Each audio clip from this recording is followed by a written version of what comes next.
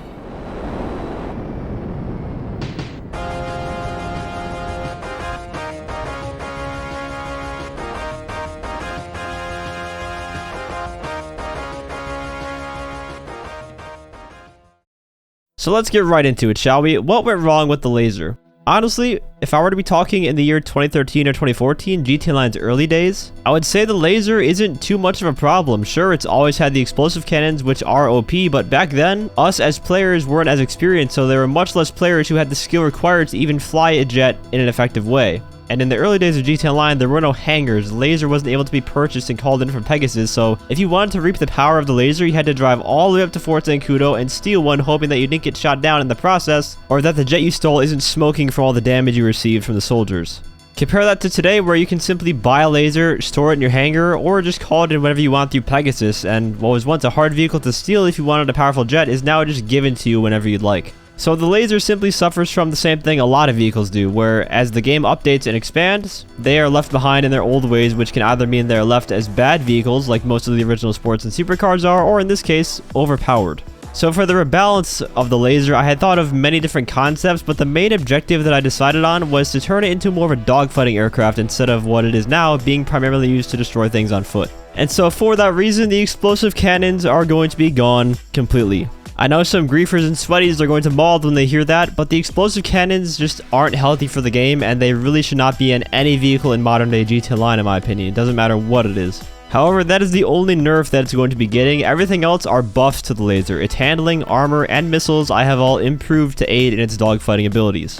We'll start off with the changes to the main cannon because that is what the Lazer is known for. Like I said, I removed the explosive capabilities entirely, so they are no longer going to be shooting impact grenades at 1500 RPM. To offset that though, the regular machine gun variant I did improve on. I increased the damage value from 30 to 100, which is more than a 3 times increase. And if you're confused about this, basically this is the main damage of the gun, not counting the explosive damage. Obviously we know the bulk of the damage did come from the explosive tag, which was the grenade, but since that is gone entirely, the damage needed a big increase to still be strong. The rate of fire I also doubled, so instead of 1500 RPM, they now fire at 3000 RPM at this value of time between shots. And last but not least, the range of the main guns I increased from 180 to 250 because they aren't explosive anymore, so they needed to be brought in line with the other plain MGs, which also have a max range value of 250. And this is the result of those changes tested on a Hunter with max armor upgrades compared to the current explosive cannons.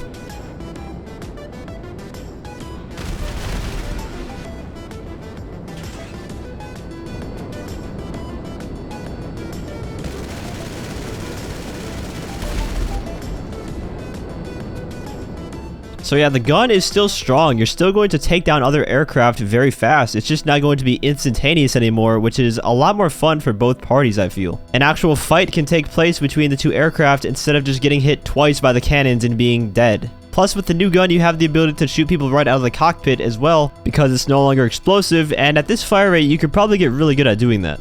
To give the laser weapon some more uses, I also decided to buff its missiles in a few different ways. Firstly, I made them faster. I increased the launch speed of the rockets from 1500 to 4500, which is a 3 times increase. So the rockets are much faster to fit that dogfighting role. And this also makes them a bit more useful at free aiming at ground targets. You won't have to lead as much as you would before. So it kind of gives the laser a secondary role of being able to attack ground targets instead of the primary role of attacking ground targets with the explosive cannon that it is now. I also increased the rate of fire on the missiles. Right now, you have this awkward wait time in between each rocket you fire. So you fire one, wait a second, then you fire the second one, and then you have to wait another 3 seconds or so before firing another missile. What I did is decrease that time between firing that second rocket so you can fire them back to back, and it just feels a lot better. Other than that though, I changed the sound of the missiles to the barrage sound just because I think it sounds better when played back to back than the regular homing missile sound does. And I decided to give them a different model to the Hunter homing missile just as a visual improvement. Doesn't really affect gameplay at all here, but it does look cooler than the RPG's rocket that it uses now. And here's a showcase of the rockets before and after so you can see exactly what I'm talking about.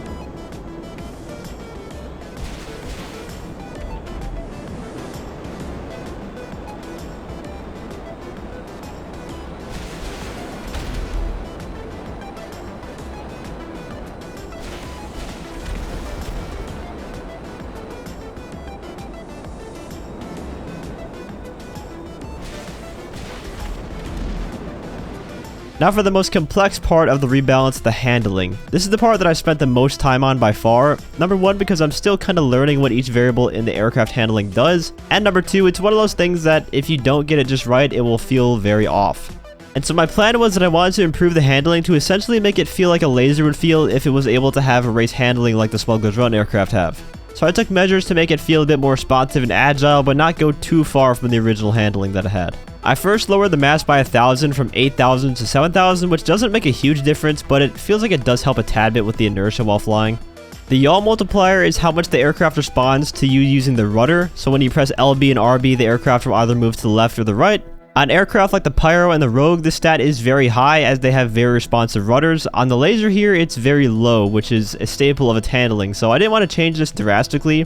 It went from negative 0.001 to negative 0.002. And the reason it's negative is because if it's positive, then pressing RB or R1 will make your plane go to the left, and pressing L1 and LB will make it go to the right. It kind of flips the controls. With this change though, it does give it a little more rudder responsiveness without going too overboard with it.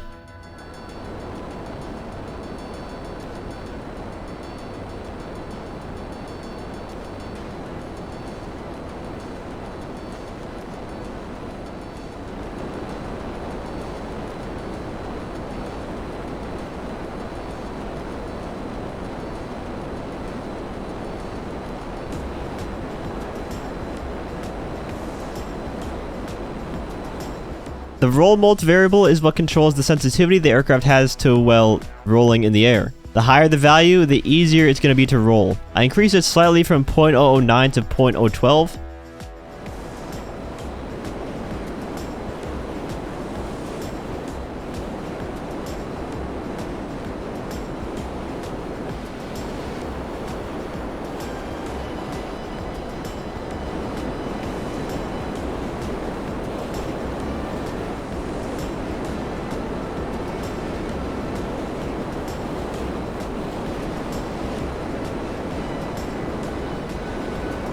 Pitch mult is what controls how much the aircraft turns up or down with your input, and is probably the most important variable when it comes to dogfighting and general agility, because this will directly influence how tight it can turn in a circle. I brought this from 0.002 to 0.002650, which doesn't seem like a big increase. Trust me though, it does make a very noticeable difference. I went through multiple tests with different numbers here, and if you increase it too much, the aircraft gets a little too responsive, so I had to find the right balance.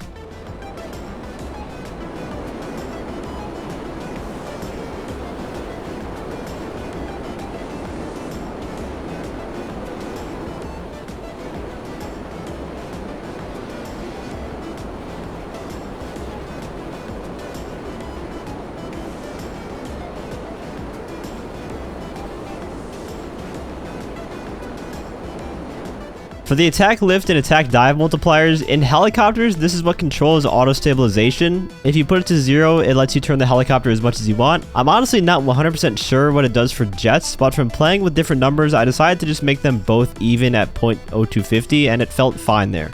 Wind multiplier I lowered from 0.12 to 0.02 just because wind is annoying when flying. And lastly, I improved the Lazer's ability to glide while its engine is turned off by raising this value to 0.9 from 0.1. A value of 1 here would make it so it retains full control just as if the engine was on while the engine is turned off, and this allows you to do some really cool maneuvers and very slow moving strafe runs with the jet without crashing. It's very cool.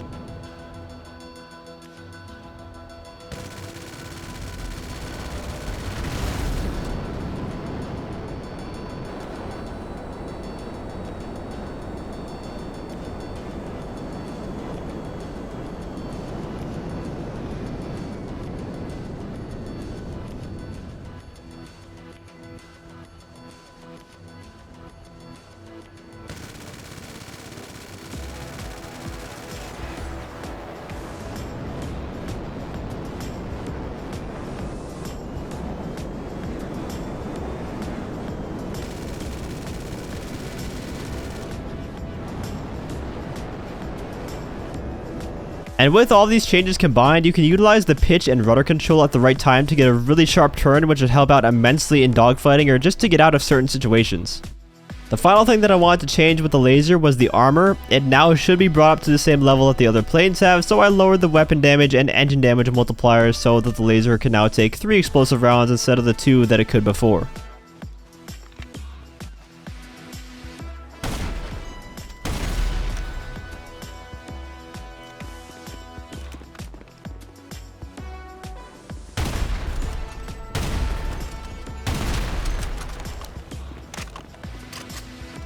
But there you have it, the modern day Lazer, or at least what I would do to change the Lazer for GT Online today. Let me know in the comments what you think about this. Unfortunately, I can't have a dogfight test to see how it would perform against the Starling or Pyro in action with its new handling. That would have been really cool to see for sure, but sadly I can't really do that with single player mods. If I were to take a guess though, I would say it's probably on par or even better than the Pyro handling. If you enjoyed the video or found it helpful, feel free to leave a like as well as subscribe to my channel for more GT Online content. I want to give a huge shout out to all my channel members for your support. If you'd like to become a member for some exclusive perks, you can either use the join button or the link that's down in the description.